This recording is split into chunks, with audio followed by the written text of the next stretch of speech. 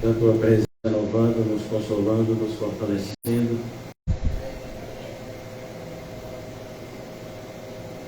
Obrigado, Senhor, por todas as dádivas e merecer um coração apto, Senhor, a receber, a guardar a vossa semente, como um solo fértil que dará um fruto na estação certa. Apresentamos também diante de Ti, Senhor, todas as nossas necessidades, anseios, angústias, preocupações. Apresentamos diante de Ti, já com ações de graça, sabendo que o Senhor irá nos conceder a paz que excede todo entendimento, para que fique evidente diante desse mundo tenebroso que nós somos um povo que tem uma viva esperança, que não precisamos de coisas e nem de pessoas, mas encontramos o nosso tudo em Ti, Senhor. Inclusive para amar as pessoas e para usufruir as coisas que o Senhor nos concede por graça, com sabedoria. Ajuda-nos, Senhor, mais uma vez, que no dia de hoje a Tua graça se manifeste poderosa, nos enchendo com o Teu Santo Espírito, para que seja conhecido de todos que o Senhor está conosco. Em nome de Jesus, amém e graças a Deus. Amém, irmãos? Vamos abrir o livro de Atos, capítulo 3.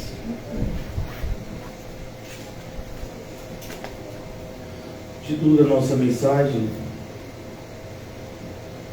Perseverando na missão. A parte mais difícil da caminhada diz: olha, vocês entrarão por uma porta estreita, mas depois dessa porta estreita virá um caminho onde vocês serão pressionados de todos os lados. Então, que a gente entenda, somente com a compreensão correta da palavra de Deus é que podemos ter uma visão correta diante dos acontecimentos do mundo, principalmente das circunstâncias que nos afetam de alguma forma. E é preciso que nós sejamos obreiros aprovados, para que não venhamos a ter nenhum tipo de comportamento contrário àquilo que o Senhor Jesus espera de cada um de nós. Então, aqui no capítulo 3, o apóstolo Pedro, e a gente já falou isso, ele está indo ao templo para orar, juntamente com o apóstolo João. Eles se encontram com o coxo de nascença e eles, então, pelo poder de Deus e em nome de Cristo, aquele homem é curado. O instrumento para essa cura é o apóstolo Pedro. E ele, então, eles três começam a louvar a Deus, principalmente aquele que foi curado.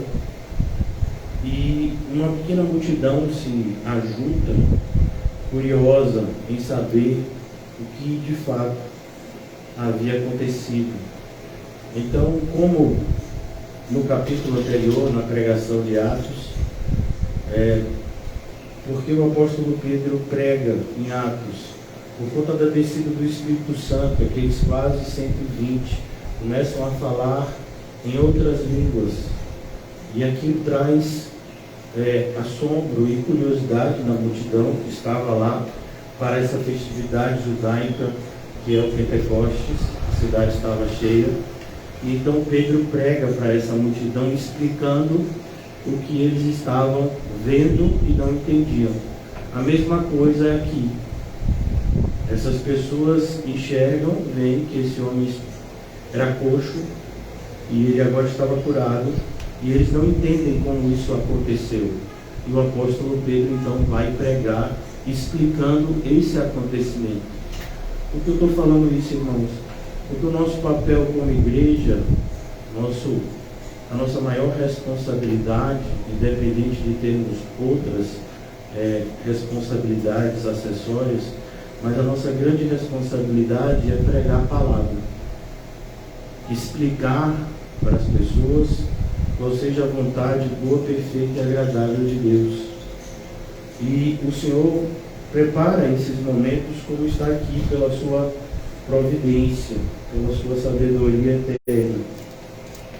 Então, no versículo 11, já iniciando a exposição do texto, apegando-se ele a Pedro e a João, todo o povo correu atônito para junto deles no pórtico chamado Salomão. Eu acho interessante, aqui é importante que a gente veja dois grupos de pessoas que se relacionaram com esse coxo. É muito bom a gente analisar a palavra de Deus de uma maneira a extrair o máximo possível do texto. O versículo 2 desse capítulo 3 diz: era levado um homem coxo de nascença, o qual punham diariamente à porta do templo chamada Formosa, para pedir esmola aos que entravam. Então, esse é o grupo de pessoas que andava com ele. Talvez eu e você tenhamos esse grupo de pessoas que nos colocam para fazer aquilo que o mundo espera que a gente faça. Então, o que o mundo esperava desse coxo de nascença? Que ele pedisse esmola. Então, todo dia havia um grupo de pessoas que colocava ele lá. Era essa a expectativa da sociedade para esse grupo, para esse coxo de nascença. Era isso que a sociedade esperava dele. E existiam pessoas para ajudá-lo nesse sentido. O que eu quero falar para vocês é justamente isso. Quando nós abraçamos a fé cristã, é preciso que a gente entenda que ser cristão implicará inevitavelmente em andar na contramão do mundo. Todos os conceitos que o mundo colocava sobre nós, todas as expectativas que o mundo colocava sobre nós precisamos nos despir delas. É preciso que a gente entenda que nós não estamos aqui para agradar o mundo e nem as pessoas do mundo. Nós estamos agora aqui para agradar a Deus. Perceba que no versículo 11 a companhia desse coxo mudou. Assim como ele era levado, agora ele se apega a Pedro e João. Então há sempre uma transformação, inclusive no nosso ciclo social, no nosso círculo de amizade, quando a gente é um cristão. Então é muito preocupante quando as pessoas se dizem cristãs e o seu círculo de amizade não muda. Pois a Bíblia diz que as más companhias corrompem os bons costumes. A Bíblia diz que não pode existir comunhão entre luz e trevas. Mais ainda, que não devemos nos colocar debaixo de um jugo desigual com os incrédulos. Mas infelizmente a gente tem assistido, pessoas que não veem qualquer tipo de problema em manter uma amizade muito próxima com pessoas do mundo. Apegando-se ele a Pedro e a João, todo o povo correu atônito para junto deles no pórtico chamado de Salomão. E agora o povo corre, o povo quer saber o que está acontecendo. Havia tido um fato inexplicável diante daquelas pessoas que estavam tão acostumadas a ver aquele homem coxo, sentado, esmolando, e agora ele está pulando de alegria juntamente com os apóstolos. E eles querem saber o que é isso. Versículo 12. À vista disso, Pedro se dirigiu ao povo. Então o apóstolo Pedro entendia, como nós devemos entender, que o mundo inteiro é um campo missionário. Nós, às vezes, equivocadamente, pensamos que campo missionário é sempre algum lugar distante da gente. Então, a gente fala de campo missionário, então o campo missionário seria um interior bem longe daqui de Salvador, da Bahia, ou algum outro estado, ou quem sabe até algum outro país, em algum outro continente. Isso seria algo visto como campo missionário, mas campo missionário é o mundo inteiro. A própria igreja é um campo missionário muitas vezes, pois a igreja está cheia de pessoas que ainda não conheceram o verdadeiro evangelho, que ainda não tiveram a experiência da regeneração, que ainda não foram transformadas, transportadas das trevas para a luz. Então é preciso que, como cristão, a gente tenha essa visão correta de que o campo missionário é o mundo inteiro e nós devemos dar frutos onde o Senhor nos colocou. Mais uma vez, somos influenciados por resquícios de instituições religiosas que aproveitavam a desculpa da religião para dominar outros povos. Se você estudar um pouquinho de história, você vai entender o que eu estou falando. Durante muito tempo, principalmente na época da expansão naval, os povos dominaram outros povos e eles costumavam impor a sua religião sobre ser imposta. Ela é algo que é apresentado. Crê aquele que Deus concede fé para crer. Não crê quem quer. Crê aquele que Deus quer que creia. A Bíblia já falou sobre isso, a gente já leu inclusive, que acrescentava-lhes o Senhor dia a dia os que iam sendo salvos.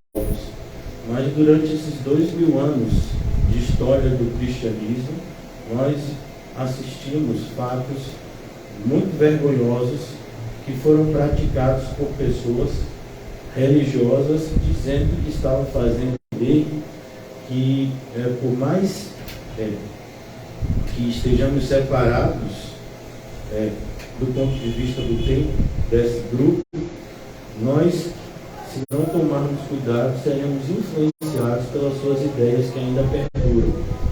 Então, precisamos ter uma atitude de nos voltar para a Escritura e somente para a Escritura, para que a nossa fé esteja baseada nela e não naquilo que os homens, de acordo com seus interesses pessoais, muitas vezes eles interpretaram segundo as suas próprias conveniências temporais. Então, cuidado com isso. Por isso aqui, à vista disto, versículo 12, Pedro se dirigiu ao povo, dizendo: israelitas, mais uma vez, a igreja está vivendo aquele primeiro momento que Jesus havia predito. Vocês serão minhas testemunhas em Jerusalém, e depois na Samaria, e depois até os confins da terra. Então esse é o primeiro momento de testemunhar Cristo em Jerusalém. Depois vai haver esse crescimento do ponto de vista geográfico. Então aqui eles estão em Jerusalém e a palavra de Pedro é israelitas. Nós vimos, por exemplo, como o apóstolo Paulo prega quando chega em Corinto.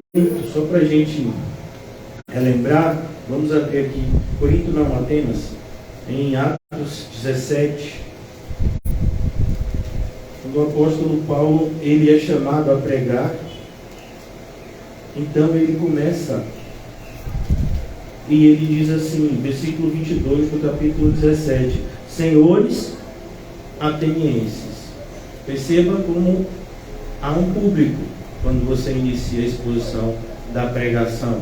No caso do apóstolo Pedro, em Atos 3, eram os israelitas, principalmente porque ele estava onde agora fazendo essa pregação? Dentro do templo, não só em Jerusalém, mas dentro do templo, que era o local mais sagrado ainda, mais restrito ainda o seu acesso. Enquanto as demais partes de Jerusalém podiam ser acessadas por pessoas de outras localidades, mas aqui não, o templo é um local específico para aqueles que acreditavam no Deus de Israel, faziam parte do seu povo. Israelitas, por que vos maravilhais disto, e por que fitais os olhos em nós, como se pelo nosso próprio poder ou piedade tivéssemos feito andar? Então, perceba como é diferente a atitude de hoje. Hoje nós vemos pessoas na igreja que fazem o chamado marketing pessoal. Então, essas pessoas gostam de fazer a sua autopublicidade. Eu já vi muitas pessoas fazendo isso. Então, não, é porque eu tenho esse costume, eu oro 6 horas por dia. Tem até um pregador famoso que dizia isso, né? Eu oro 6 horas por dia, eu oro 2 horas por tal do Brasil, 2 horas por outra coisa, 2 horas por outra coisa. Eu leio todos os dias 20 capítulos da Bíblia, 15 de cabeça para baixo. Então é sempre a ideia de que assim, e é por isso que eu sou o que eu sou. É por isso que eu sou, de repente, esse pastor famoso, ou eu sou essa pessoa tão usada por Deus, ou eu sou alguém que deve ser admirado pelos demais. Mas a gente não vê isso nos apóstolos. A gente não vê isso nem no próprio Cristo, que é de fato o eu sou. Mas os cristãos, eles sempre tiveram esse espírito de humildade. Quando qualquer coisa era feita por Deus através deles, era assim que eles diziam: foi Deus que fez através de mim, de maneira que eu não mereço glória nenhuma. A glória deve ser dada ao Senhor Jesus e somente a Ele. O apóstolo Paulo, inclusive, diz isso como uma doxologia, né? No capítulo 11 de Romanos: porque dele, por ele e para ele são todas as coisas, a glória seja dada unicamente a ele, sempre. Amém. Então, essa é a ideia. Mas vivemos em um tempo onde nós vivemos na geração, na época da propaganda, da publicidade, do outdoor, do Instagram, né, das mídias sociais, da televisão, e as igrejas, elas abraçaram esse tipo de estratégia de crescimento. E é uma estratégia de crescimento religioso, mas não é uma forma de crescimento espiritual. Preciso que a gente entenda que essas duas coisas estão desassociadas. Crescimento espiritual é uma coisa, fazer a obra de Deus do jeito de Deus é uma coisa, e crescimento religioso, o crescimento de uma instituição religiosa é outra. Então, você atinge públicos-alvos diferentes. É como, por exemplo, se você usa uma estratégia carnal, para que grupo você vai trazer para dentro da igreja? Pessoas carnais. Mas se a gente aborda, se a gente faz a obra de Cristo como Cristo deseja, em espírito e em verdade, qual é o tipo de pessoa que vai ser atraída? As pessoas espirituais. E até as carnais, que por acaso adentrarem, elas se sentirão incomodadas. Porque a pregação, quando ela é feita, né, para o povo de Deus, ela não vai agradar aqueles que estão no meio do povo de Deus, mas que não são dele. Por isso que lá em 1 de João nós aprendemos essa realidade, né? Muitas vezes para nós é triste, mas é uma realidade. Saem do nosso meio porque não são dos nossos. Então, a melhor forma de manter a igreja protegida de falsos crentes é a pregação fiel das Escrituras. Porque chegará um momento que essa pessoa que ainda não foi convertida, ou ela vai ser alcançada e convertida, ou ela não vai aguentar mais e vai embora. Porque a palavra de Deus, ela tem essa dupla ação, por assim dizer, dependendo do solo que ela chega, ou do ouvido que ela alcança. O ouvido de um regenerado é uma coisa, o ouvido de um não regenerado é outra. Por isso que o apóstolo Paulo fala, como que se tivesse um comichão, uma coceira no ouvido. Então aqui o apóstolo Pedro está pregando, e ele prega com a ousadia que todo pregador deveria pregar. Por que vos maravilhais disto, e por que fitais os olhos em nós, como se pelo nosso próprio poder ou piedade tivéssemos feito andar? Então, sempre devemos ter essa atitude de submissão e de apontar, por meio de qualquer ação positiva que tenhamos, para Cristo. Então, qualquer coisa de boa que você fez, ou que eu fiz, foi Cristo. E qualquer coisa de ruim, aí foi a gente mesmo. Não, irmão, foi alguma coisa de ruim? Foi eu mesmo. Não, mas aquele dia você fez algo assim que Deus usou que foi muito bom, então foi Cristo. Então é sempre assim a atitude do cristão. Versículo 13. O poder de Abraão, o Deus de Abraão, de Isaac e de Jacó, o Deus de nossos pais, glorificou a seu servo Jesus, a quem vós traístes e negastes perante Pilatos. Eu acho interessante isso, sabe?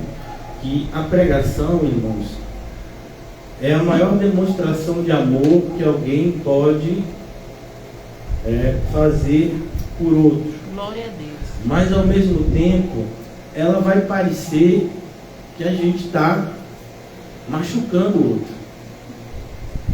Então, eu acho interessante isso. Nós sabemos como foi o martírio de Estevão. Não sabemos?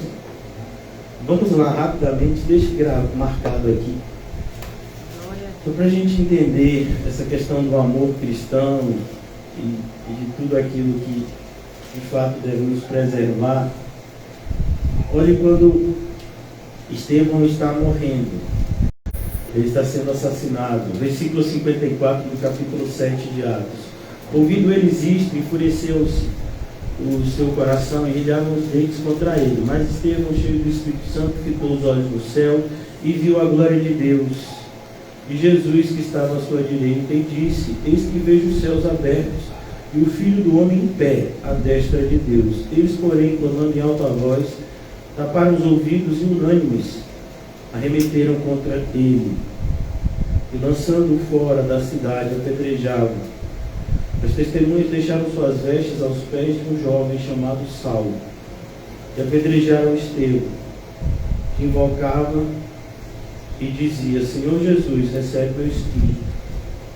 Então, ajoelhando-se, clamou em alta voz: Senhor, não lhes imputes este pecado. Com estas palavras, adormeceu. Então, quando a gente lê esse texto, fica parecendo assim que o nosso amado irmão Estevão, ele está dizendo assim, esse pessoal está me matando aqui, mas tranquilo, viu, Jesus? Salva eles. Não, não é isso que Estevão está dizendo.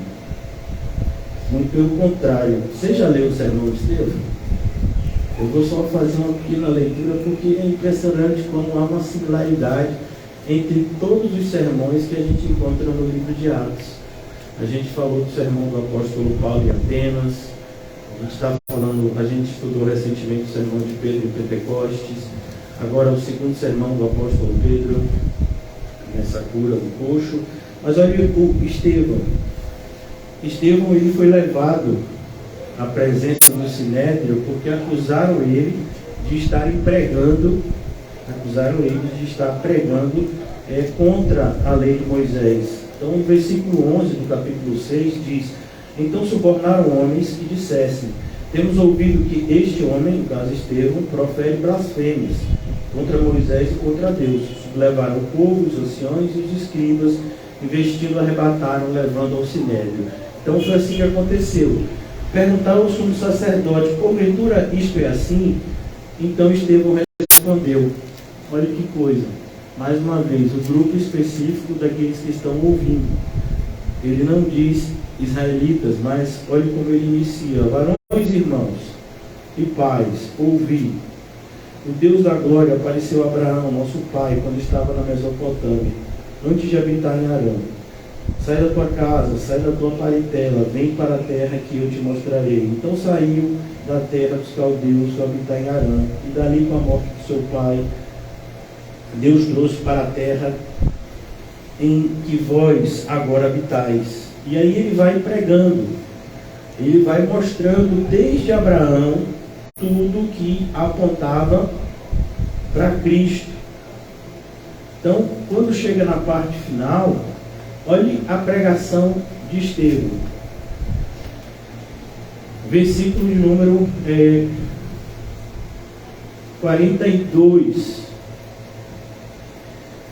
Mas Deus se afastou e os entregou ao culto da milícia celestial, como está escrito no livro dos profetas: ó casa de Israel, porventura me ofereceste vítimas e sacrifícios no deserto pelo espaço de 40 anos, e acaso não levantaste tabernáculos de Moloque e a estrela do Deus Rafã, figuras que fizeste para adorar, por isso vos desterrei para além da Babilônia. O tabernáculo do testemunho estava entre nossos pais no deserto, como determinar aquele que disse a Moisés que o fizesse segundo o modelo que tinha visto, o qual também nossos pais, com Josué, tendo recebido, levaram, quando tomaram posse das nações que Deus expulsou da presença deles até os dias de Davi. Este achou graça diante de Deus e lhe explicou a faculdade de prover morada para o Deus de Jacó, mas foi Salomão quem lhe edificou a casa. Entretanto, não habita o Altíssimo em casa feitas com mãos humanas, como diz o profeta: o céu é o meu trono e a terra o estrado dos meus pés. Que casa me edificareis, diz o Senhor, no qual é o lugar do meu repouso? Não foi porventura a minha mão que fez todas as coisas? E aí Estevão diz, no versículo 51, homens de dura cerviz, incircuncisos de coração e ouvidos. Percebe, irmãos? Isso é amor. Estevão está orando por essas pessoas que ele havia dito isso. Então, não é uma coisa desprovida de outra. Ó Pai, perdoa, eles não sabem o que fazem. E assim, deixa eles continuando fazendo a impiedade deles, até eles morrerem e irem para o céu cheio de maldade. Isso vai acontecer? Entra no céu alguém assim? Então, é preciso que a gente entenda que o amor, ele sempre fala a verdade. Doa quem doer, custe o que custar. Esse é o verdadeiro amor. A gente aprende nas Escrituras. Olha o que Estevão diz: vós sempre resistis ao Espírito Santo.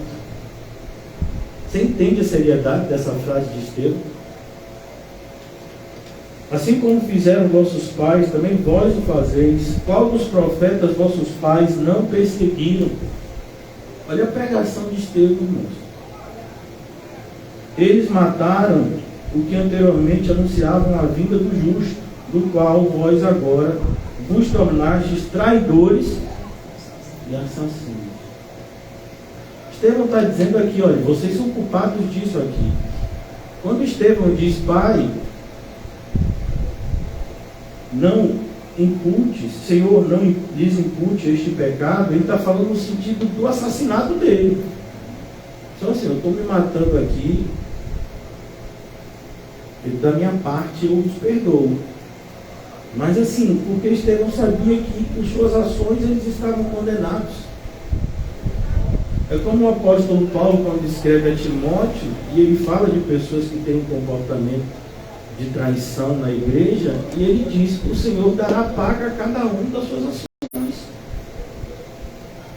Então não tem como a gente maquiar, não tem como a gente pintar, uma cor diferente do sangue de Cristo. Na igreja o amor não é cor de rosa, o amor é cor de sangue. É o sangue de Cristo. É o sangue dos mártires que seguem os passos de Cristo. Mas é impressionante como a gente percebe que há uma tentativa das pessoas, de alguma forma, de persuadirem uns aos outros no sentido de se acomodarem a uma doutrina que lhes seja confortável.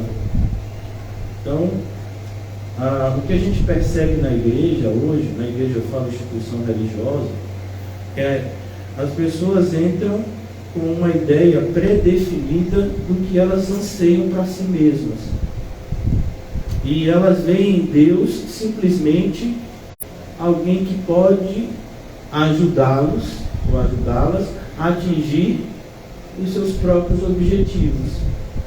É por isso que católicos e as mais diversas pessoas vão, por exemplo, ao Bonfim, que toda primeira sexta-feira do ano, se eu não me engano, eles vão para pedir a bênção durante o ano, na última sexta-feira, para agradecer. Então, por que as pessoas sobem lá? Porque é esse tipo de vínculo. Ó, Senhor, eu estou subindo aqui, esse ano aí dá uma força aí. O Senhor já sabe aí quais são os meus projetos, o Senhor sabe quais são os meus planos. Eu estou pensando em fazer isso e aquilo, e aí, né? Estou precisando dessa força. Mas o Evangelho nunca foi isso, irmãos. O Evangelho é morte para que haja vida, destruição para que haja construção. Se não há uma destruição do meu velho eu, não há o que se falar de uma construção da nova criatura. Se não há uma morte do que eu era, não há o que se falar de uma vida nova, de uma nova criatura que deseja outras coisas que a outra criatura desejava. Ainda que esses dois lutem internamente, mas é que é necessário que haja um novo para resistir contra esse, e não esse habitando unicamente no interior do velho eu. Então, quando a gente olha para a Escritura, a gente percebe claramente que é um convite para renúncia, é um convite para uma vida de dificuldades em nome de Jesus e para a glória dele. E é exatamente isso que as pessoas não aceitam, que as pessoas não querem, que as pessoas rejeitam. E nós vamos encontrar os mais variados tipos de desculpa, né, para que a gente, como os judeus da época de Jesus, possamos manter algum padrão de religiosidade completamente desprovido de espiritualidade. E como a gente vai ver aqui, religiosidade sem espiritualidade é igual a incredulidade. Essa é a equação. Às vezes a gente fica assim, mas como uma pessoa religiosa pode ser incrédula? Ela é incrédula. Porque se ela acreditasse, ela não seria religiosa, ela seria espiritual. A Bíblia nos diz para ser espirituais, e não religiosos. Ainda que a gente possa ter, né, os nossos rituais de acordo com o padrão das Escrituras, mas a gente sabe que não são esses rituais que estreitam os nossos laços com o Salvador, mas é o nosso relacionamento íntimo e pessoal com Ele. Aqui o apóstolo Pedro, ele prega esse grupo de pessoas com a seriedade que deveria pregar a eles. O Deus de Abraão, o Deus de Isaac, de Jacó, o Deus dos nossos pais, glorificou seu servo Jesus, a quem vós traístes e negastes. É importante que a gente entenda que quando uma pessoa abandona a fé, ou abandona e rejeita a pregação da verdadeira igreja e parte em uma direção a se afastar da verdade, em direção à mentira, A atitude dessa pessoa, espiritualmente falando, não é contra você, nem contra mim, nem contra o lugar que congregamos, mas, em última análise, é contra o próprio Cristo. Por isso que eu queria ler com vocês, está aqui escrito em Hebreus. Hebreus, capítulo 10, versículo 26. Logo após o autor da carta aos Hebreus nos dizer da importância de estarmos fazendo o que a gente está fazendo hoje, que é nos reunirmos como igreja, ele diz: por quê? Olha o motivo da gente estar sempre se alertando um ao outro. Ô irmão, e aí, como é que está a sua vida espiritual? E a sua? E aí, como é? Está firme mesmo? Vamos lá, vamos se firmar. O que é que está acontecendo? Esse estímulo mútuo. Por que é tão importante? Um está tomando conta da vida do outro. Isso não é intromissão, irmãos.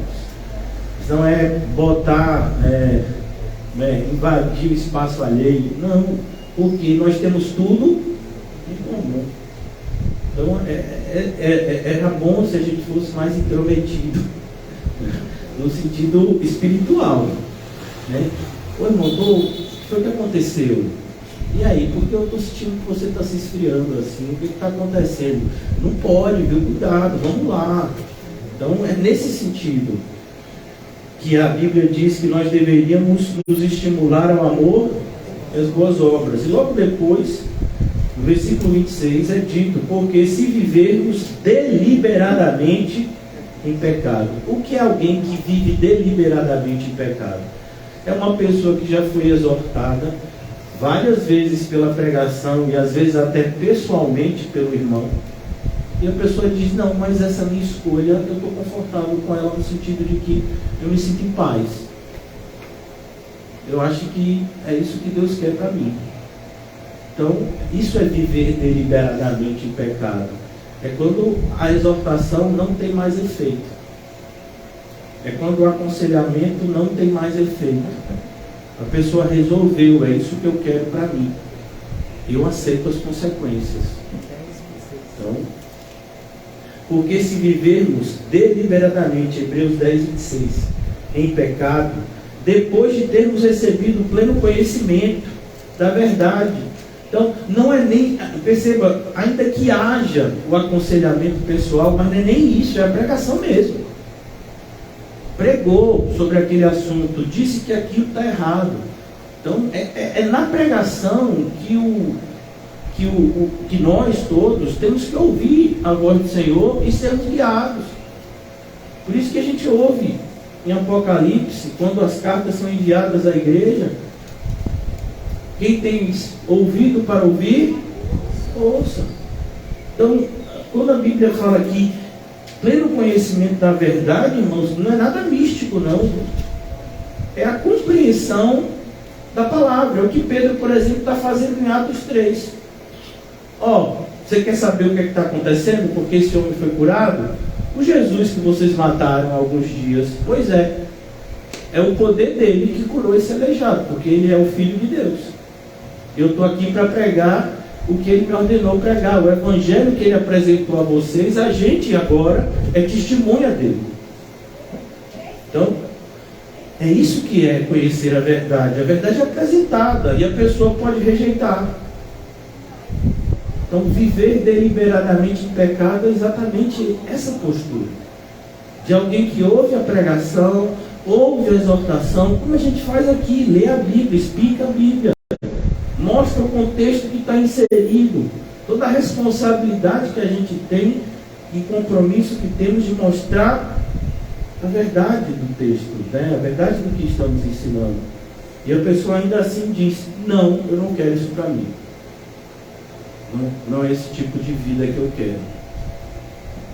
Já não resta mais, ou já não resta sacrifício pelos pecados. Então já não tem mais o que fazer.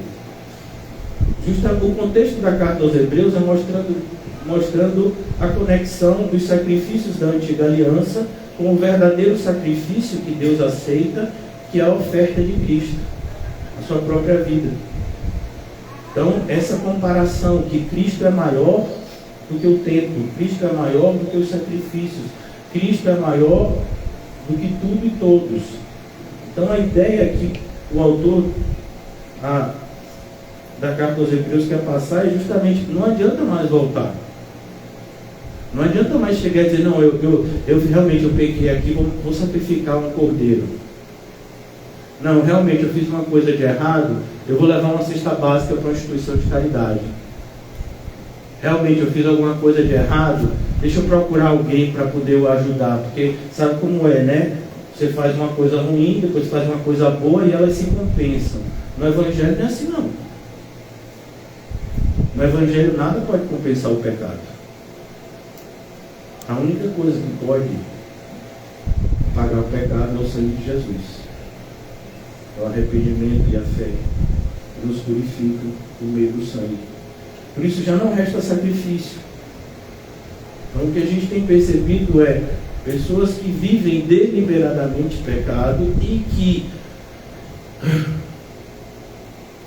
se utilizam de rituais religiosos no sentido de apaziguar as suas consciências culpadas por não estarem fazendo aquilo que deveriam estar fazendo. Então, essas pessoas, elas, de alguma forma, elas querem ter a consciência aliviada. Mas a Bíblia está dizendo, não faça isso, porque é inútil. Pelo contrário, certa expectação horrível de juízo e fogo vingador, prestes a consumir os adversários. Adversários de quem aqui? Deus. E quem são os adversários de Deus aqui? Aqueles que se dizem do Senhor e não são. E aqui vem, sem misericórdia, morre pelo depoimento de 2 ou 3 testemunhas quem tiver rejeitado a lei de Moisés. De quanto mais severo castigo julgai vós, será digno, ou será considerado digno aquele que calcou aos pés o Filho de Deus. É isso que eu quero que você entenda. Uma pessoa que despreza os ensinamentos bíblicos da igreja, essa pessoa está desprezando a Cristo. Uma pessoa que rejeita a palavra do Evangelho, ela está rejeitando o próprio Cristo. Uma pessoa que toma essa atitude de deliberadamente viver em pecado, mesmo depois de ter todo o conhecimento daquilo que é certo e daquilo que é errado, essa pessoa é como se ela estivesse pisando Jesus de novo. Eu não sei se os irmãos se recordam daquela cena bem feia e dolorosa dos soldados romanos torturando Jesus. Pois é mais ou menos isso. Então, uma pessoa que conhece o Evangelho, que se professa, mas que decide viver uma vida em contrariedade aos ensinos evangélicos, essa pessoa é como se estivesse assassinando Jesus de novo. E eu estou lendo aqui porque é o que Pedro está falando lá. É isso que a gente precisa entender. Que rejeitar o Evangelho significa assassinar a Cristo novamente, como se a sua morte vicária tivesse sido em vão. Então ele diz, de quanto mais severo o castigo julgai vós, será considerado digno aquele que calcou aos pés o Filho de Deus, pisou os filhos de Deus, o Filho de Deus, e profanou o sangue da aliança. Nada é mais assustador do que essa expressão. A ideia profanar, irmãos, significa ofender a santidade daquilo que é santo, né? Em termos gerais, nada é mais santo, nada mais santo pisou ou nada mais santo tocou o chão desse mundo do que o sangue de Jesus. E aqui ele está dizendo, quem faz isso está profanando o sangue da aliança, o qual foi santificado e ultrajou. Olha, ultrajar significa envergonhar no mais alto nível. Não só envergonhar no mais alto nível, ultraje. O Espírito da graça. Ora, nós conhecemos aquele que disse: a mim pertence a vingança. Eu retribuirei. Então é preciso que a gente entenda a seriedade disso, porque não adianta você chegar para a pessoa que está vivendo dessa forma e dizer: não tem nada demais. Quem sabe, lá na frente Deus não traz de novo. Mas como assim? Você não entendeu? Então a gente tem visto um posicionamento de grande parte dos evangélicos, repito isso assim de maneira sistemática para ver se entra na nossa cabeça, inclusive na minha, mais emocional do que espiritual. E sempre quem sai ganhando quando a gente age assim é o demônio. Satanás, tudo que ele quer é que a gente haja pela emoção e não pelo espírito. É tudo que ele quer. Para facilitar o agir dele. A mim pertence a vingança. Então, não ache por um segundo sequer de que aqueles que estão fazendo mal a Cristo, à igreja, aos irmãos na fé, ficarão impunes. Eles não ficarão. E falar isso para essas pessoas não é amor. Não é amor dizer para uma pessoa que está vivendo deliberadamente em pecado que está tudo bem, porque não está tudo bem. Essa pessoa vai ter que dar conta do mal que ela está fazendo, deliberadamente. Então, como você pode chegar para uma pessoa dessa? Que responsabilidade diante de Deus você tem para falar isso? E aqui, uma das frases mais assustadoras da Bíblia. Outra vez, o Senhor julgará quem? Ele está falando de quem? Percebeu que esse juízo aqui, que é tão assustador, não é para os ímpios. O do ímpio vai existir. Mas aqui na carta aos Hebreus, ele está falando do juízo dos falsos crentes.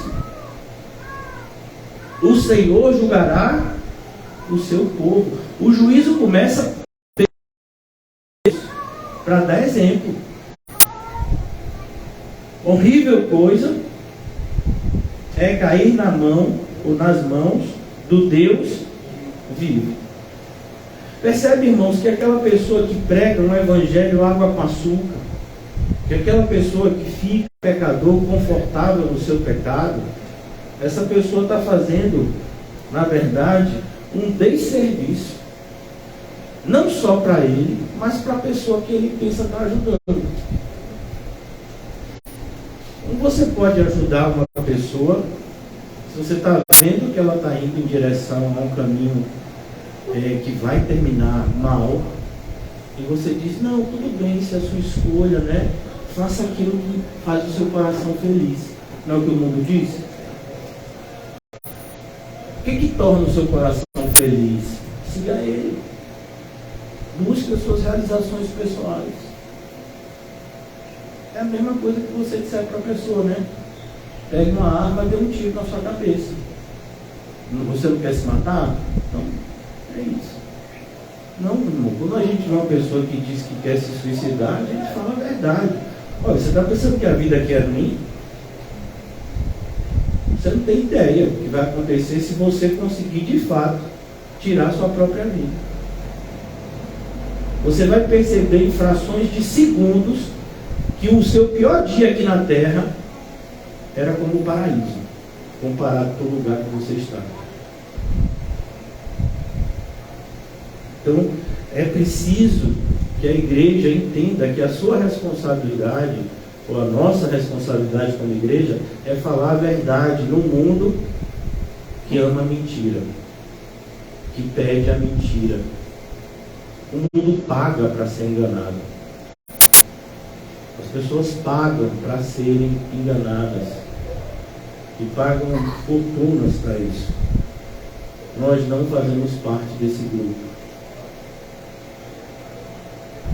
Então, voltando agora para Atos capítulo 3.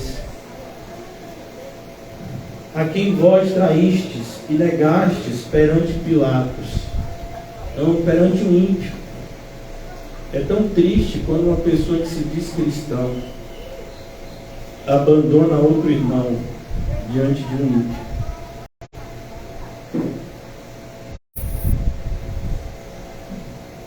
São cenas assim, né? Talvez vocês já tenham visto, de pessoas que se dizem cristãs, que se identificam mais com os ímpios do que com os irmãos em Cristo.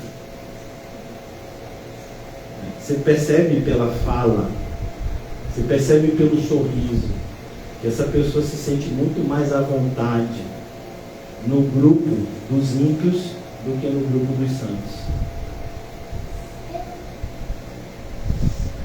E é isso que aconteceu com esse povo aqui. Não sei se vocês se recordam, no momento em que Pilatos diz: olha, o sangue de Jesus não vai cair sobre as minhas mãos. O que foi que o povo clamou? Que o sangue recaia sobre nós. Não temos nenhum outro rei senão César. Então o povo prefere se colocar debaixo do jugo do ímpio do que se render a Cristo. Não mudou, irmãos, o cenário.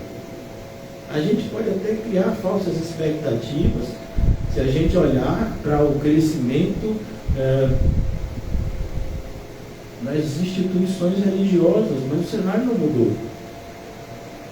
Essas instituições religiosas que crescem, elas crescem a custo de abandonar o verdadeiro evangelho. Porque se pregassem a verdade, com certeza elas não seriam tão grandes quanto são. Então aqui ele continua no versículo 14. Vós, porém, essa é a pregação de Pedro. Vós, porém, negastes o santo e o justo.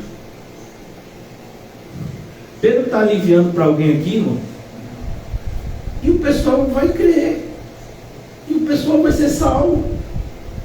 Então perceba, a gente não precisa adulterar o evangelho para que as pessoas creiam. Aquele que é um eleito de Deus, aquele que vai crer, ele vai crer quando ouvir a verdade. Não, pelo contrário, quando a gente muda ou tenta mudar o evangelho para atingir um determinado grupo, o que a gente está fazendo? A gente está impedindo que os eleitos entrem, porque os eleitos só vão entrar se ouvirem o verdadeiro evangelho. Lá no evangelho de João é dito: as minhas ovelhas ouvem a voz e me seguem, ouvem a minha voz e me seguem, e de maneira nenhuma seguirão o estranho. Então, se a gente apresentar um evangelho estranho, os verdadeiros crentes virão? Não. Quem é que vai vir? Os falsos. Então, quando a gente adultera, quando a gente muda alguma coisa, é algo muito sério. O triste é perceber que alguns acham que esse fato é um fato assim de segunda importância. Que adulterar, mudar o evangelho, ter uma postura que descredibilize o evangelho é algo assim que não é tão importante. Como assim não é tão importante? Se a gente deixar de pregar o evangelho, o que é que somos? O que a gente se tornou? Então aqui, versículo 14: vós, porém, negastes o santo e o justo, e pediste que vos concedessem um homicida. Olha a troca. Vocês querem Barrabás ou Jesus? Barrabás. Se fosse dito isso hoje, a resposta seria a mesma. Por que a gente não quer uma pessoa que olhe para nós e diga: abandone o seu pecado, senão você vai para o inferno? A gente quer uma pessoa que a gente olhe e diga assim: essa pessoa é pior do que eu. Então, se existe um lugar onde os perversos vão, essa pessoa vai antes de mim. Nós gostamos de medir a nossa justiça pela injustiça dos outros. Então é comum a gente conversar com pessoas, né? E a pessoa dizer: mas pelo menos eu não faço isso, mas pelo menos eu não faço aquilo. Pior é fulano que está fazendo aquilo ali, ó. Pior é Cicrano que vive desse jeito. Sim, mas isso não é o que importa. Essas pessoas terão seu julgamento. Mas você deveria estar preocupado com o seu julgamento. Então é importante que a gente entenda que é pessoal. A parábola das 10 virgens, ela fala da questão das virgens nécias, mas ali tem um ensino muito importante, que é a questão da salvação pessoal. Por mais que eu ame determinadas pessoas, eu não posso dividir minha salvação com elas.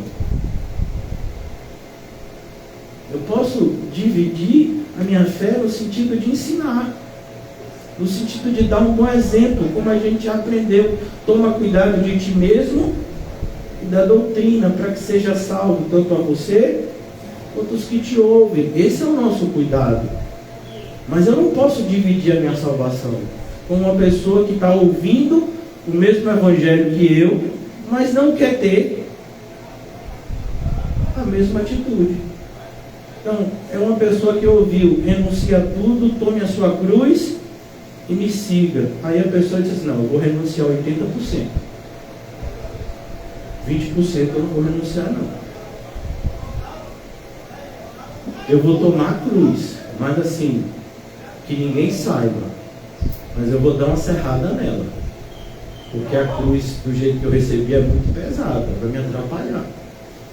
E assim, eu vou seguir a Jesus, mas em alguns momentos, em outros não. Então, essa pessoa que toma essa atitude, mesmo ouvindo a mesma coisa que a gente, essa pessoa, ela está se condenando. Ela está se auto-sabotando. Então, aquela parábola está mostrando. Elas viram que as outras tinham mais azeite. Por que elas não foram também pegar?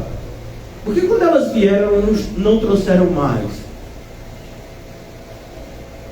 Então, porque a gente tem... Parece, né, na mentalidade de alguns, que na igreja tem gente que tem um chamado para sofrer, como é o meu caso, e tem outros não, que a vida é mais tranquila. Sei lá, né? São mais santos, Deus ama mais. Então a mentalidade de alguns é assim.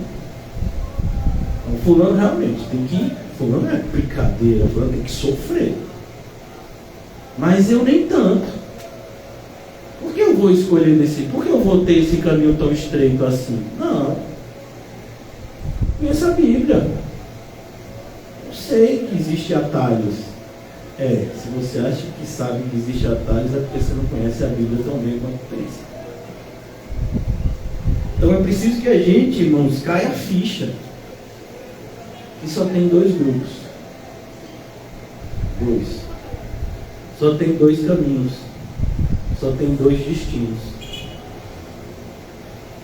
Dessarte. Então, dessa forma, mataste o autor da vida. Olha que palavra, né? Que frase paradoxal. Se você for partir, né, para filosofar aqui, você passa a vida inteira, né? Como é que você mata o autor da vida? E aqui a gente percebe a humanidade plena e a divindade plena que residia em Cristo. Cristo era e é 100% homem e 100% Deus. A perversidade humana foi até o limite de matar o autor da vida. Por que isso é tão importante para a gente compreender? Porque se a gente compreender isso, irmãos, a gente não se assusta mais com a perversidade que a gente vê hoje em dia. Às vezes a gente fica: rapaz, você viu? Eu não sei se vocês são assim, mas algo que para mim é muito... assim, difícil é quando se faz perversidade com criança, né? Quando você fala assim: meu Deus, como a pessoa pode fazer isso assim? A pessoa fez isso com Deus. A pessoa que mata o autor da vida, ela pode fazer qualquer outra coisa. Não existe mais limites para a perversidade humana. O único limite é imposto pelo próprio Deus, que é a providência. Porque se não fosse o controle exaustivo de Deus, os seres humanos já teriam se matado a todos. E o mundo já teria se acabado. Algumas vezes. E maldade para isso tem. Vocês mataram o autor da vida. Então, quando acontecer alguma coisa de ruim, quando fizerem alguma coisa de mal contra a gente, não é para a gente se admirar. A gente dizer, se fizeram pior com Jesus, mataste o autor da vida, quem Deus ressuscitou dentre os mortos. Então, aqui é muito bonito, porque por mais que as pessoas intentem o mal, no final é a vontade boa, perfeita e agradável de Deus que prevalece. Não importa o mal que as pessoas intentam contra você e contra mim, Deus sempre transforma aquilo em algo proveitoso na vida do seu eleito. Então, quando uma pessoa, por exemplo, machuca muito a gente, isso faz com que a gente ore mais, busque mais ao Senhor. Quando uma pessoa, de alguma forma, tira vantagem da gente, passa a gente para trás, isso faz com que a gente busque o Senhor, tenha mais comunhão com Ele. Quando a gente se decepciona com as pessoas, isso faz com que a gente confie mais no Senhor. Então tudo isso é positivo, tudo isso é maravilhoso. E em todas essas situações somos impulsionados a meditar mais na palavra de Deus, porque é lá que está o nosso consolo. Nas promessas do Senhor que abrem as portas, que muitas vezes nós encontramos fechadas e nos aprisionam em situações que nós deveríamos já estar livres. John Bunyan, ele retrata isso no momento da sua obra, O Peregrino, quando ele coloca um cristão preso num castelo da dúvida, que tinha lá um gigante de desespero que tomava conta. E aí de repente o cristão percebe que ele tem uma chave, a chave da promessa, que é capaz de abrir todas essas portas que nos aprisionam. E então ele sai, né? Ele consegue fugir daquele castelo da dúvida, daquele gigante de desespero. E a gente também, as promessas do Senhor, elas trazem sempre o sim e o amém. As promessas do Senhor sempre nos consolam e confortam, independente da situação que a gente esteja vivendo. Então ele diz, Deus ressuscitou dentre os mortos, do que nós somos testemunhas. Então será que nós somos testemunhas desse fato, de que Cristo ressuscitou, e nós também com Ele ressuscitaremos em glória?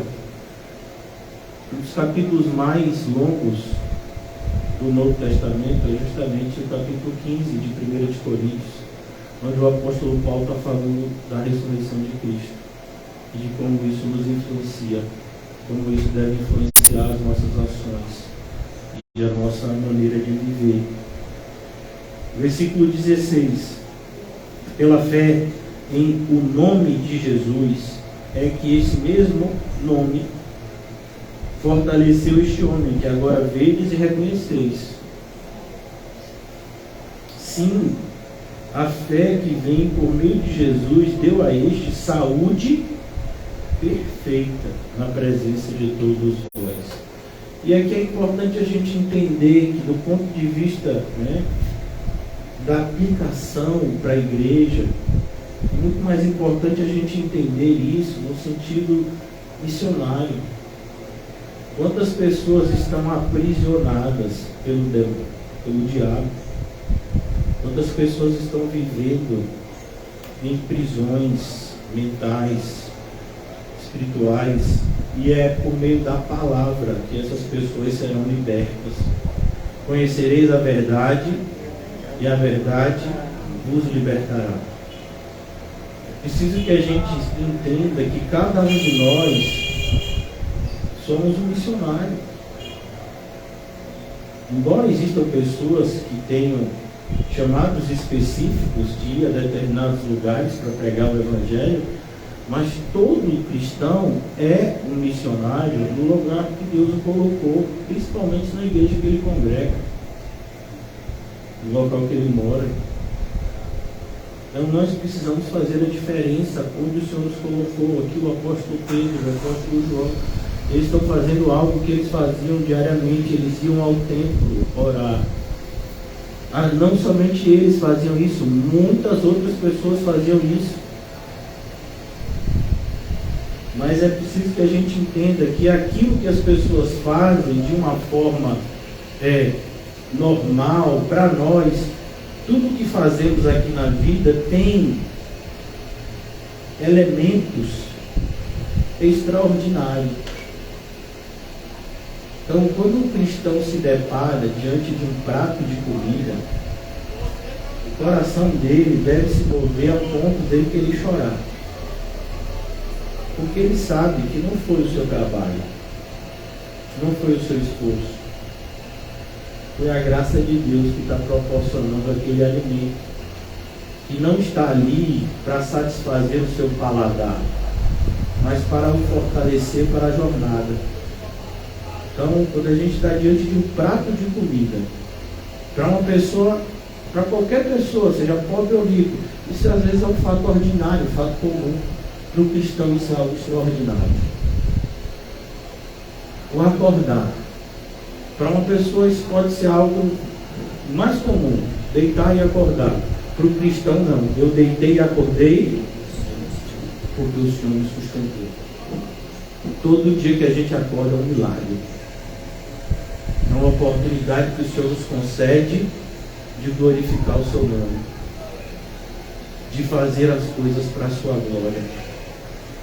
Então é importante que, como cristãos, a gente perceba que o extraordinário está justamente escondido atrás das coisas ordinárias da vida. Por que eu estou falando sobre isso, irmãos? Porque a igreja evangélica vive atrás de pirotecnia. A gente vive atrás, sabe, de gelo seco, luzes que se apagam e acendem, refletores, sons, parecendo aqueles cinemas de última geração.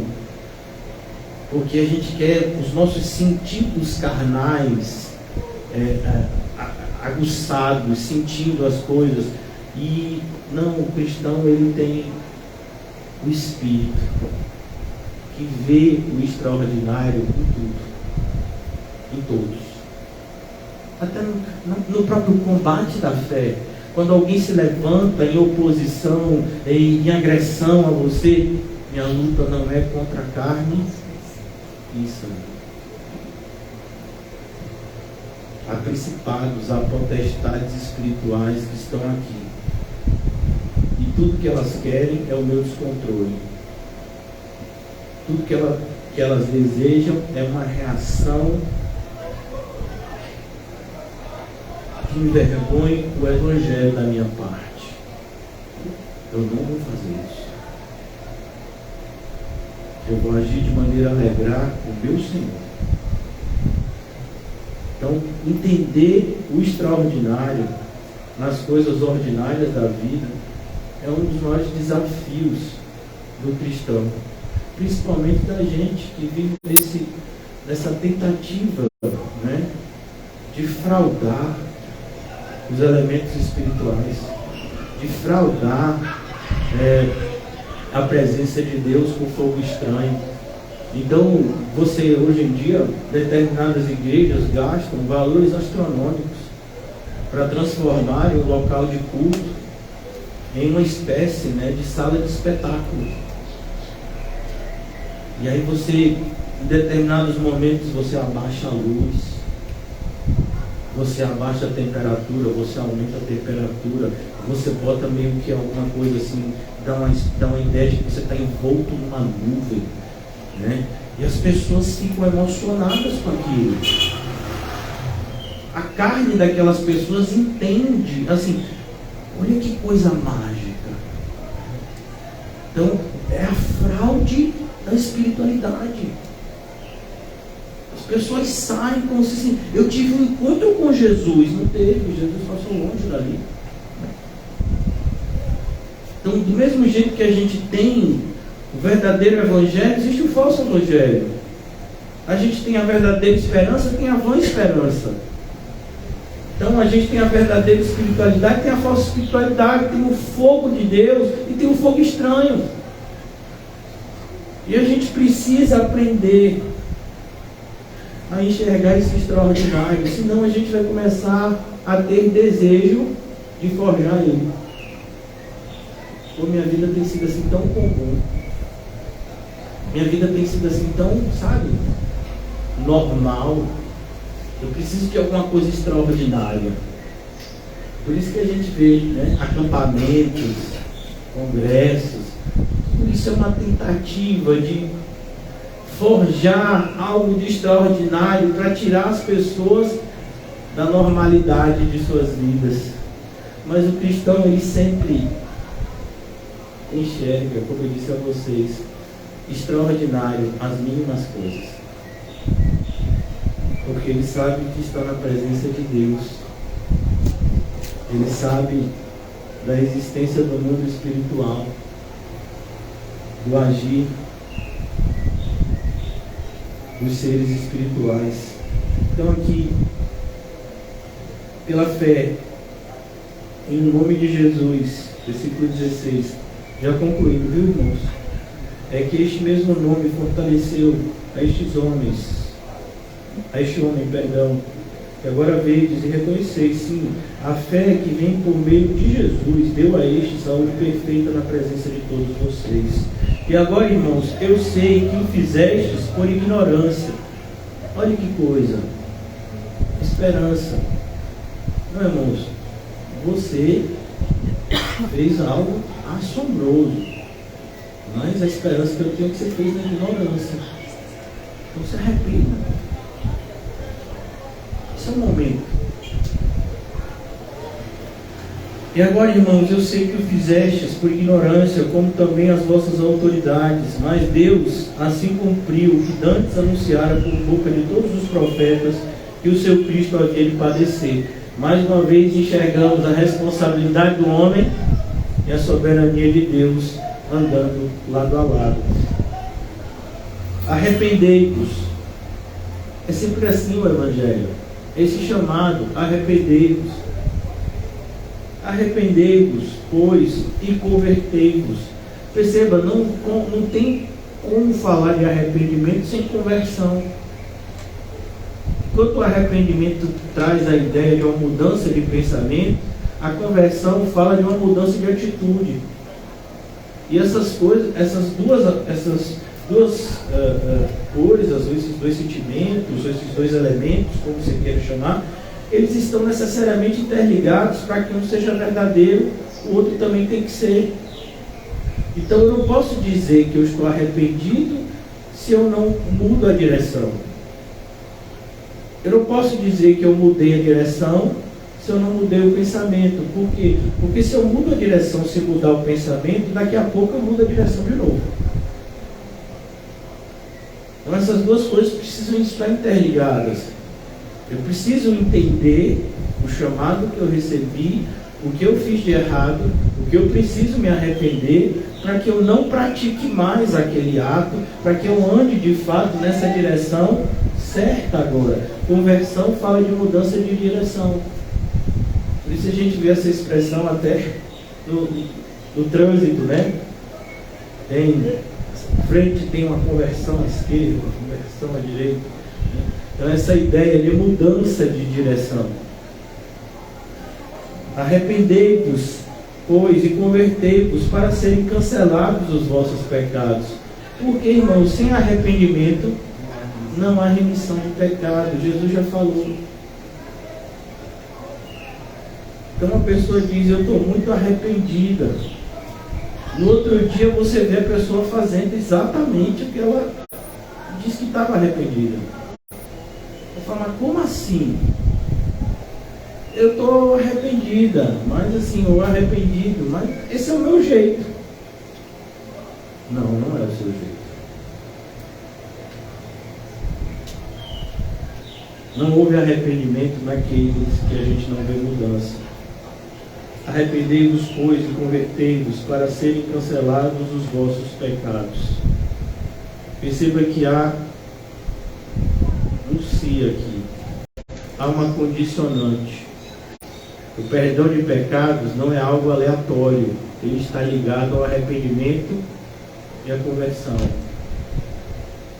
Mas a gente tem ouvido falar no perdão de pecados desprovido de arrependimento. A Igreja Católica foi responsável por difundir essa ideia durante a Idade Média com a questão das indulgências. Então eles diziam, você não precisa se arrepender não, você compra esse papel aqui assinado pelo Papa e os seus pecados estão perdoados. A Igreja Evangélica atual é a mesma coisa. Você dá essa quantidade de dinheiro e os seus pecados estão perdoados. Tem igrejas, inclusive, que dizem isso, expressamente, não é nem subentendido, não, é verbalmente. Então, tenha cuidado, irmão. Só o arrependimento e a conversão é que, de fato, são evidências de que os nossos pecados são perdoados. A fim de que a presença do Senhor venham tempos de refrigério. E aqui é importante você entender, esse refrigério não é que só a vida vai melhorar. É o refrigério da alma, que é muito melhor. O refrigério da alma, que nos faz passar por situações de extremo desconforto, mas sermos consolados ao mesmo tempo, porque temos o Senhor. E a graça do Senhor nos basta. Então aqui, mas Deus, versículo 20, a fim de que a presença do Senhor venha um tempo de refrigério e que envie-lhe o Cristo, que já vos foi designado, Jesus, ao qual é necessário que o céu receba até os tempos da restauração de todas as coisas, de que Deus falou por boca dos seus santos profetas desde a antiguidade. Disse a verdade, Isaías, Senhor Deus, vos suscitará dentre vossos irmãos um profeta semelhante a mim. A ele ouvireis em tudo quanto vos disser. E tem uma parte, aqui no versículo 23, acontecerá que toda alma que não ouvir a esse profeta será exterminada do meio do povo. Perceba, é exatamente o que Jesus nos ensina. No Evangelho de João, todo aquele que crê em Cristo será salvo, e que quem não crê já está condenado. Hoje eu vou ficar até aqui, irmãos. Deus permitir que a gente continue no outro encontro. Ele sabe de todas as coisas. Mas a gente tem que guardar o que a gente ouviu aqui hoje. Sem arrependimento, sem mudança de vida, sem evidência, não há o que se falar de salvação. É preciso que a gente se cobre no sentido de jamais estarmos confortáveis no pecado. Jamais cheguemos ao estado da gente se sentir estimulado a justificar o injustificado. Então, diante de algo que não é bíblico, a nossa postura é arrependimento e conversão. Só essa postura pode trazer para a alma segurança. Precisamos estar convictos do nosso arrependimento, da nossa conversão. O mais importante que seja, como eu disse, estimularmos uns aos outros ao amor e às boas obras. Mas eu só posso fazer isso se eu tenho plena convicção do meu estado de espírito. Um cego não pode guiar outro cego. Uma pessoa que não foi salva não pode ajudar outro no processo de salvação. Então é preciso que a gente entenda a responsabilidade de nos examinar constantemente à luz das Escrituras, examinando se de fato nós temos nos tornado discípulos de Cristo. Porque o discípulo de Cristo é aquele que segue a Ele. Não tem como a gente mudar essa verdade.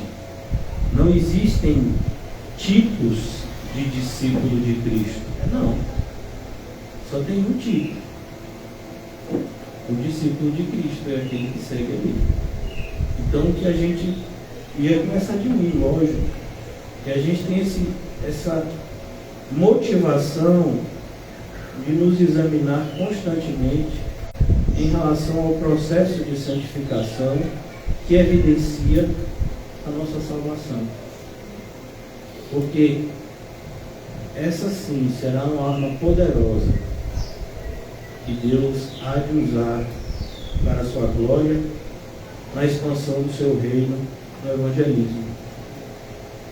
Quando a gente é luz, quando a gente vive do ponto de vista comportamental o evangelho que conhecemos, há um poder que paira sobre nós e que age através de nós. Mas se a gente fala e não vive, não há o que se falar do poder de Deus. Muito pelo contrário. Então, que a gente tenha esse cuidado de analisar, de se questionar, de se cobrar. Porque, irmãos, independente daquilo que a gente lê na Bíblia, daquilo que a gente ouve nas exposições da palavra de Deus, mas quem deveria se cobrar mais no sentido de ser um cristão mais parecido com Cristo é a gente mesmo. Porque ninguém me conhece melhor do que eu. Do ponto de vista humano, Deus me conhece muito melhor do que eu. Mas eu sei os pontos que eu tenho falhado. Eu sei aonde eu preciso mudar, eu preciso, à luz do Espírito Santo, à luz da palavra de Deus, então sou eu que tenho que me cobrar. Meu Deus, me dá coragem de cortar essa mão. Senhor, eu preciso. O Senhor já me disse, eu preciso fazer isso. Então é eu que tenho que me cobrar. Porque se a gente não tomar essa postura, irmãos, corajosa, e quando Paulo fala a Timóteo que o Espírito Santo nos dá poder, coragem, né? É nesse sentido. A gente precisa de muito mais coragem para esmurrar o nosso corpo do que para esmurrar o dos outros. A gente precisa de muito mais coragem para cortar a nossa mão do que para cortar do outro. Então é esse tipo de coragem que a gente precisa, de se cobrar. Sabe, eu e você, a gente não precisa de ninguém passando a mão na nossa cabeça quando a gente peca. A gente precisa da palavra de Deus nos mostrando que a gente está numa posição de perigo e que a gente tem que sair de lá o mais rápido possível. Então, um cristão precisa entender a sua responsabilidade no mundo, porque como a gente vai ajudar os que ainda não são cristãos, mas que serão um dia, se a gente está cheio de conflitos em relação ao nosso próprio cristianismo? Se eu nem sei em quem tenho crido, como é que eu posso falar sobre ele? Se eu nem sei qual é o evangelho que de fato eu quero viver, como é que eu posso falar sobre ele? Então é preciso que a gente tenha essa cobrança pessoal de colocar a nossa vida espiritual como prioridade, independente das circunstâncias. Porque quem de nós aqui acredita que Deus está no controle de tudo? Eu acredito, né? Acho que vocês também acreditam. Mas se Deus está no controle de tudo, por que a gente se preocupa tanto com determinadas questões que roubam a atenção que a gente deveria dar à nossa alma? Então, que a gente comece a entender no sentido de aplicar e não entender somente no sentido de conhecer. mas conhecer para praticar aquilo que conhecemos na palavra de Deus. É isso que traz benefício para a alma. Porque aquele que só conhece e não pratica, o que vai trazer para a sua alma é condenação. Então, que o Senhor nos ajude a perseverar, como foi dito no começo, né? Perseverar na obra de Deus é o nosso grande desafio. Começar nem sempre é um grande desafio. Várias formas de se começar. A gente, inclusive, tem a parábola do semeador como exemplo, né? Ouviu com alegria, mas a primeira provação morreu. Ouviu, recebeu, mas nasceu no meio de espinhos, as preocupações sufocaram. Então, muitas vezes as pessoas começam, as pessoas externalizam algo, mas o que vai efetivamente dizer se aquilo é de verdade é porque aquilo vai prevalecer. O próprio Gamaliel, que nem era crente, mas que tinha um conhecimento do Antigo Testamento, disse: se a obra é de Deus, ela vai prevalecer. Se é dos homens, chegará um momento que não vai mais. Então, que a gente tenha essa motivação de nos cobrar mais, de entender a nossa responsabilidade em relação à nossa alma. A minha alma é responsabilidade minha, eu preciso cuidar dela. Eu preciso me atentar em relação aos alertas que a Bíblia me diz sobre ela, para que aí então eu possa fazer, eu possa ser um instrumento de Deus na vida de outras pessoas. Vamos orar. Amado Deus, nós mais uma vez nos colocamos diante da Tua presença maravilhosa, na plena certeza de que o Senhor sempre esteve no nosso meio e na esperança viva de que o Senhor sempre estará, mais ainda de que em breve estaremos contigo, em glória, conhecendo o Senhor como somos conhecidos. Por isso nos ajuda, Senhor, nesses tempos de imperfeição, nos ajuda a sermos aperfeiçoados, Senhor, pela Tua palavra, pelo agir do Teu Santo Espírito. Ó Senhor, que cada adversidade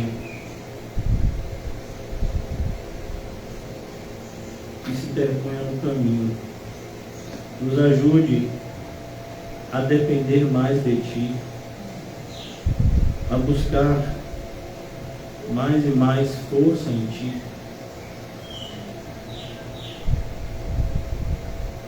Ó Senhor, eu oro para que todos os planos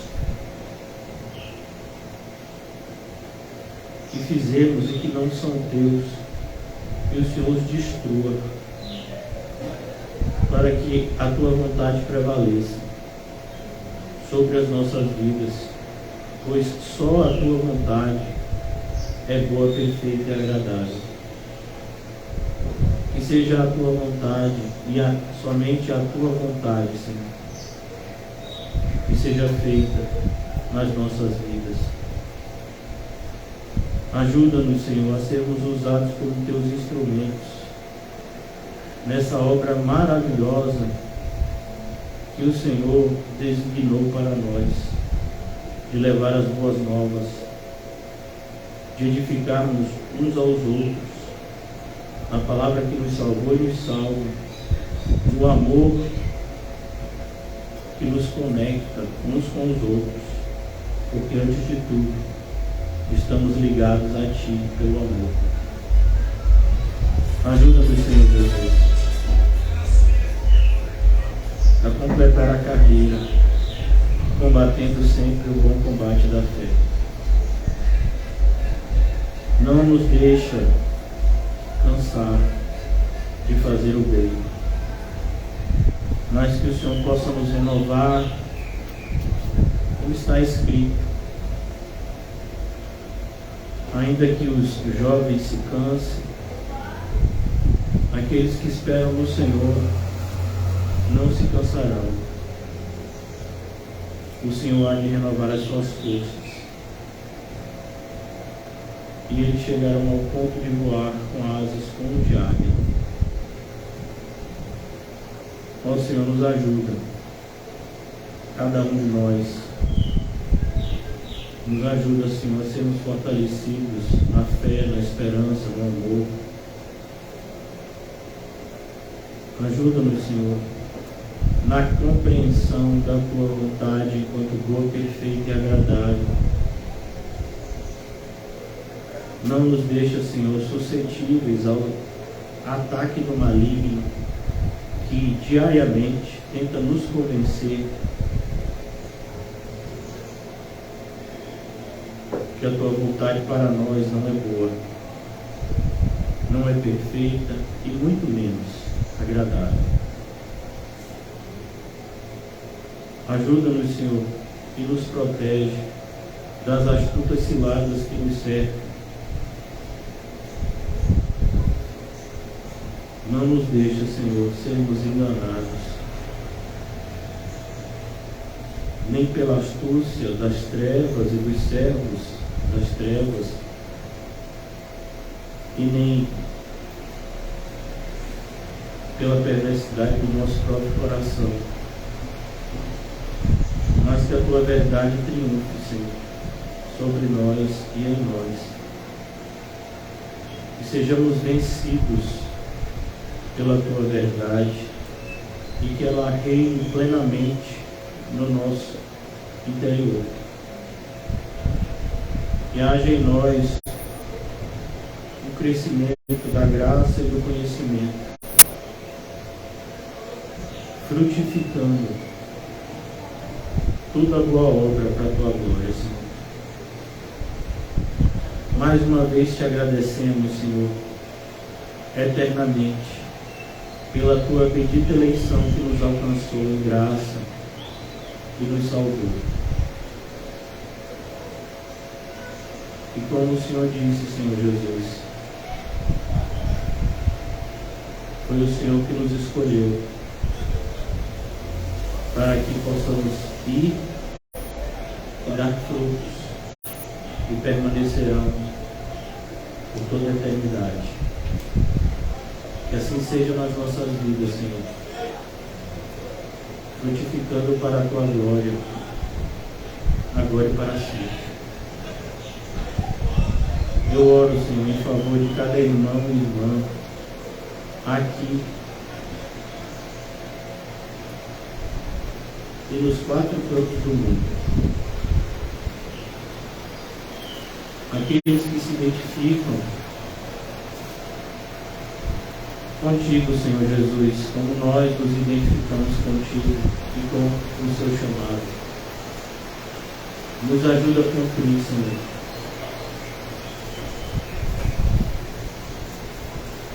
Nos ajuda, Senhor, a entender que os Teus planos para nós são infinitamente melhores do que qualquer plano que a gente venha fazer para nós mesmos. E que pela Tua graça poderosa, Senhor, não venhamos mais a começar de mim, recalcitrar contra os aguilhões, mas que nos entreguemos à Tua boa vontade, na certeza que o Senhor tem cuidado de nós. Abençoa-nos, Senhor, e para sempre seremos abençoados. Em nome de Jesus, amém e graças a Deus. O amor de Deus Pai, que as doces consolações do Espírito Santo e que a graça maravilhosa do nosso Senhor e Salvador Jesus Cristo seja para sempre conosco. Nós dizemos amém. Diz que quando Deus envia a chuva é bênção.